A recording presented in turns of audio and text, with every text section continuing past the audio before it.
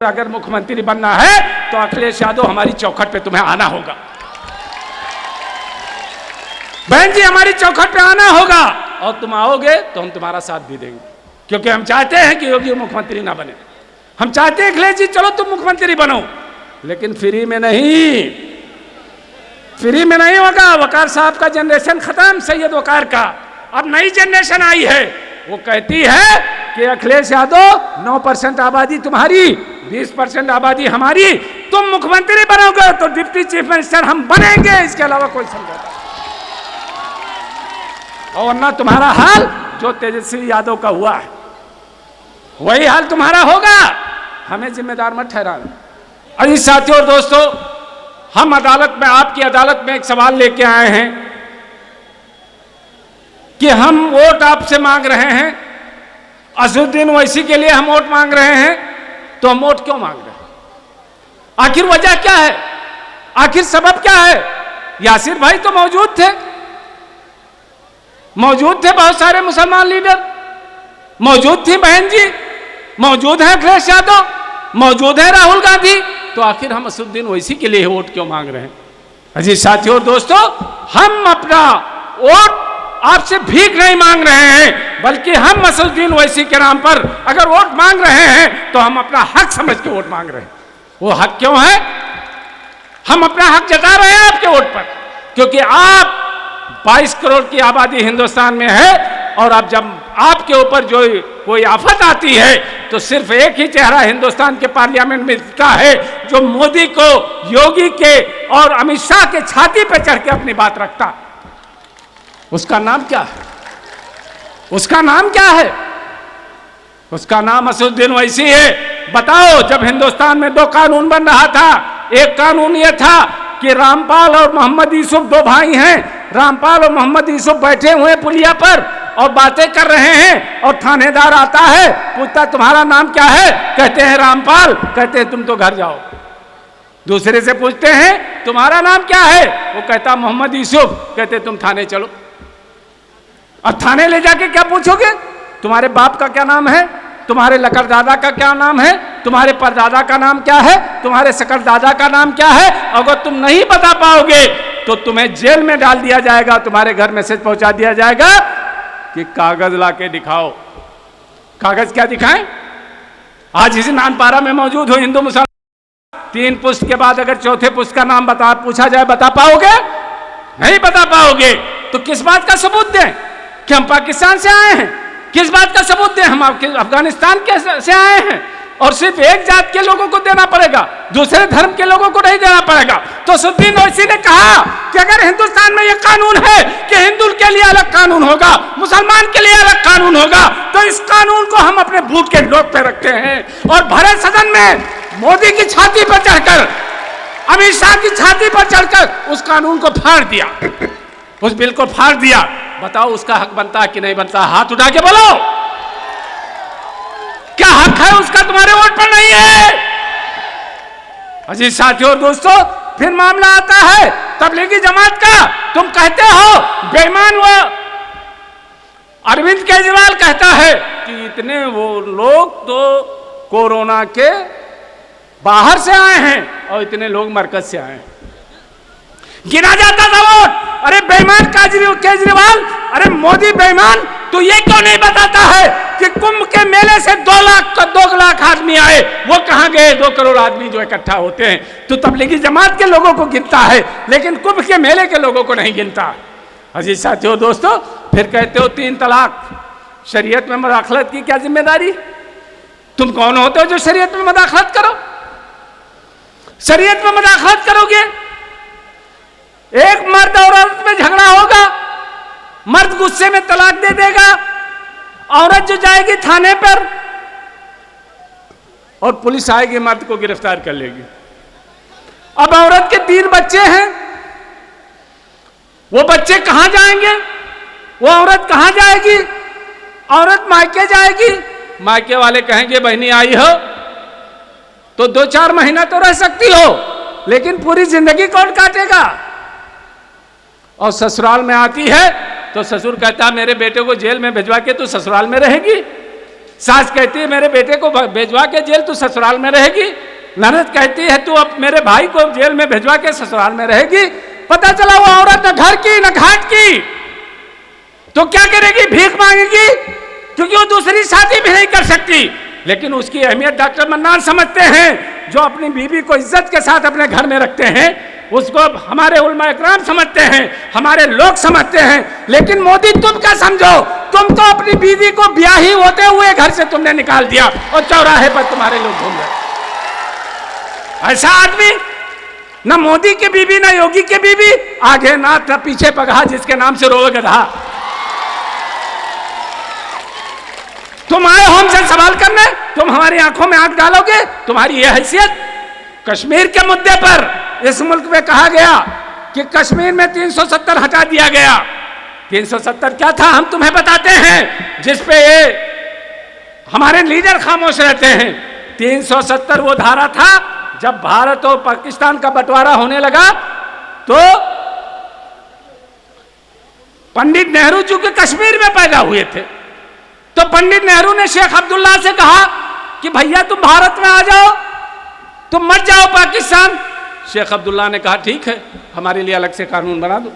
भारत के संविधान में दर्ज हो गया कि 370 आर्टिकल के तहत कश्मीर ऑटोनॉमस कश्मीर रहेगा। आज तुम भारत के संविधान की धज्जियां तुमने उड़ाई, तुमसे 70 हटा दिया 370। आज वहां मां बहनों की आबरू लूटी जा रही है। तुम जीती हुई सरकार को, महबूबा मुफ्ती की चुनी हुई सरकार को तुमने गिरा दिया। हिंदुस्तान में न कोई आलिम बोला, न कोई नेता बोला, न राहुल बोला, न अखिलेश बोली, न सोनिया गांधी बोली, न मायावती बोली। बोला तो असदुद्दीन ओवैसी बोला और उसने कहा कि भारत के संविधान में 370 दर्ज है। अगर तुमने ये किया है तो संविधान के विरोध में तुमने काम किया। अजीज साथियों और दोस्तों, ऐसा दिलेर होना चाहिए जो मोदी और योगी के छाती पे चढ़ के अपनी बात कहे, सदन के अंदर, भारत के पार्लियामेंट के अंदर। अजीज साथियों और दोस्तों, आप कहते हो कि बाबरी राम जन्मभूमि मस्जिद का फैसला आया, उस फैसले में जस्टिस गोगोई लिखता है कि जहां बाबरी मस्जिद बनी थी उसके अंदर कोई हिंदू मंदिर नहीं था। यह फैसले में लिखा हुआ। फिर दूसरी बात कहते हैं कि 1950 में जो बुत रखे गए बाबरी मस्जिद में वो नाजायज थे। तीसरी बात कहा जाता है कि 1992 में जो मस्जिद तोड़ी गई वो नाजायज तरीके से तोड़ी गई। फिर आप फैसला क्यों देते हो? जब सारा काम शुरू से नाजायज ही कर रहे हो तो तुम फैसला क्यों देते हो? मैं कहूं कि डॉक्टर मन्नान हूं मैं, और मैं कहूं कि मेरे दादा यही पैदा हुए थे, तो क्या आप मान लोगे? मैं कहूं मैं बहुत बहादुर आदमी हूं, मैं बहुत बड़ा आदमी हूं, इसलिए ऐलान मेरी है, क्योंकि मेरा विश्वास है, मेरा आशा है कि मेरे दादा यहीं पैदा हुए थे। तो क्या फैसला लोगे? आस्था के बुनियाद पर? क्या फैसला होगा विश्वास के नाम पर कि ये जमीन डॉक्टर मन्नान को दे दी जाए? और न खसरा न खतौनी, जिसके पास न खसरा था न खतौनी थी, तुमने दे दिया राम मंदिर को जगह। कौन बोला? कोई आलिम बोला? कोई लीडर बोला? कोई हिंदुस्तान में बोला? मुलायम का बेटा बोला? अखिलेश? मायावती बोली? सोनिया बोली? नहीं, कोई नहीं बोला। बोला तो असदुद्दीन ओवैसी बोला। क्या बोला? कि जहां बाबरी मस्जिद बन गई वो कयामत तक मस्जिद रहेगी, तुम जो कुछ भी चाहो कर लो। सुप्रीम कोर्ट ने भले फैसला दे दिया है, लेकिन सुप्रीम कोर्ट से बड़ी हुई एक कोर्ट है, अल्लाह की कोर्ट, अल्लाह की अदालत। हम उस अदालत को मानते हैं, तुम्हारी अदालत को नहीं मानते। अगर ऐसी कहते हैं कि मस्जिद है तो बताओ, कोई समाजवादी बेईमान आके कह दे, कोई बहुजन का बेईमान आके कह दे मुसलमान, कोई कांग्रेस का बेईमान आके कह दे कि वो राम जन्मभूमि है। किसी में कलेजा है? कलेजा नहीं है, सबके दिल में है कि वो मस्जिद है। हमारा विरोधी भी समझता है वो मस्जिद है। इस गलतफहमी में कोई ना रहे। कोई समाजवादी में मुसलमान है वो भी जानता है मस्जिद है, कोई बहुजन में मुसलमान है वो भी जानता है मस्जिद है, कोई कांग्रेस में है वो भी जानता है मस्जिद है। हाँ, वो ये है कि वो बुज़दिल है, वो बोल नहीं सकते। हम दिलावर हैं, हम अल्लाह को हाजिर नाजिर जान के बोलते हैं कि वो मस्जिद है और क़यामत तक मस्जिद रहेगी। अजीज साथियों दोस्तों, इस फैसले पर जब असदुद्दीन ओवैसी कहते हैं तो वो सबूत देते हैं कि सुप्रीम कोर्ट सुप्रीम है लेकिन इनफाइलेबल नहीं है। वो जब बिल फाड़ते हैं पार्लियामेंट में तो सबूत देते हैं कि चूंकि साउथ अफ्रीका में महात्मा गांधी ने बिल फाड़ा था इसलिए मैं इस बिल को फाड़ रहा हूं। अगर वो इसी देशद्रोही है तो फिर महात्मा गांधी भी देशद्रोही थे। अजीत साथियों और दोस्तों, इंदौर में चूड़ी बेचने वाला गया था, उसकी चूड़ियां तोड़ दी गई, उसकी चूड़ियां लूट ली गई। बताओ कोई बेईमान बोला? अभी आईएएस अधिकारी को कहा जा रहा धर्मांतरण करा रहा है, कोई अखिलेश बोल रहा है, कोई मायावती बोल रही है। जब ओवैसी इस बात को बोलते हैं तो उनके घर पर क्या होता है? पथराव करते हैं। ये नपुंसक लोग जाके उस घर पे पथराव करते हैं। आज ओवैसी नहीं थे तो उनके घर पे पथराव किया तुमने। ओवैसी को बस चले तो ये नाथूराम गोडसे के लोग, ये नाथूराम गोडसे की औलादें ओवैसी को गोली मार दे, क्योंकि ये महात्मा गांधी को जब गोली मार चुके हैं तो ओवैसी को गोली मारने में क्या है। बस इनका चले तो इसी पर बम फोड़ दें, बस इनका चले तो इसी को गायब कर दें। इतना बड़ा रिस्क लेता है एक आदमी। तुम 22 करोड़ मजलूमों के लिए एक आदमी अपने जान पे खेल रहा है, उसके बदले आप क्या देते हो? यही ना होटल पे बैठ के यही कहते हो ना कि अरे बड़ा अच्छा बोलता है, शेर है हमारा। इससे हिमायत नहीं होगी। अगर तुम कुछ नहीं कर सकते हो इसी के लिए तो हिमायत तो कर सकते हो ना। हाथ उठा के बताओ कि हिमायत करोगे कि नहीं करोगे। और हिमायत होगी तो तुम्हारे हाथ उठाने से पूरी दुनिया में बात नहीं फैलेगी। कैसे फैलेगी? जब तुम पतंग चुनाव निशान पे बटन दबाओगे। अजीज साथियों और दोस्तों, मैं ये कह रहा हूं कि आप अगर हिमायत करना चाहते हो वैसी की तो पतंग चुनाव निशान पे बटन दबाना। समाजवादी के बेईमान दलाल कितना भी आए कह देना, दरवाजे पे आए तो भगाना नहीं।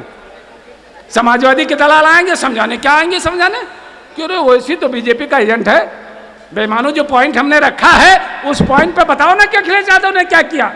वैसी को एजेंट बता दोगे तो दरवाजे पे आए तो उनको भगाना नहीं। इनको खाना देना, समाजवादियों को पानी देना, बिस्तर देना, चाय देना।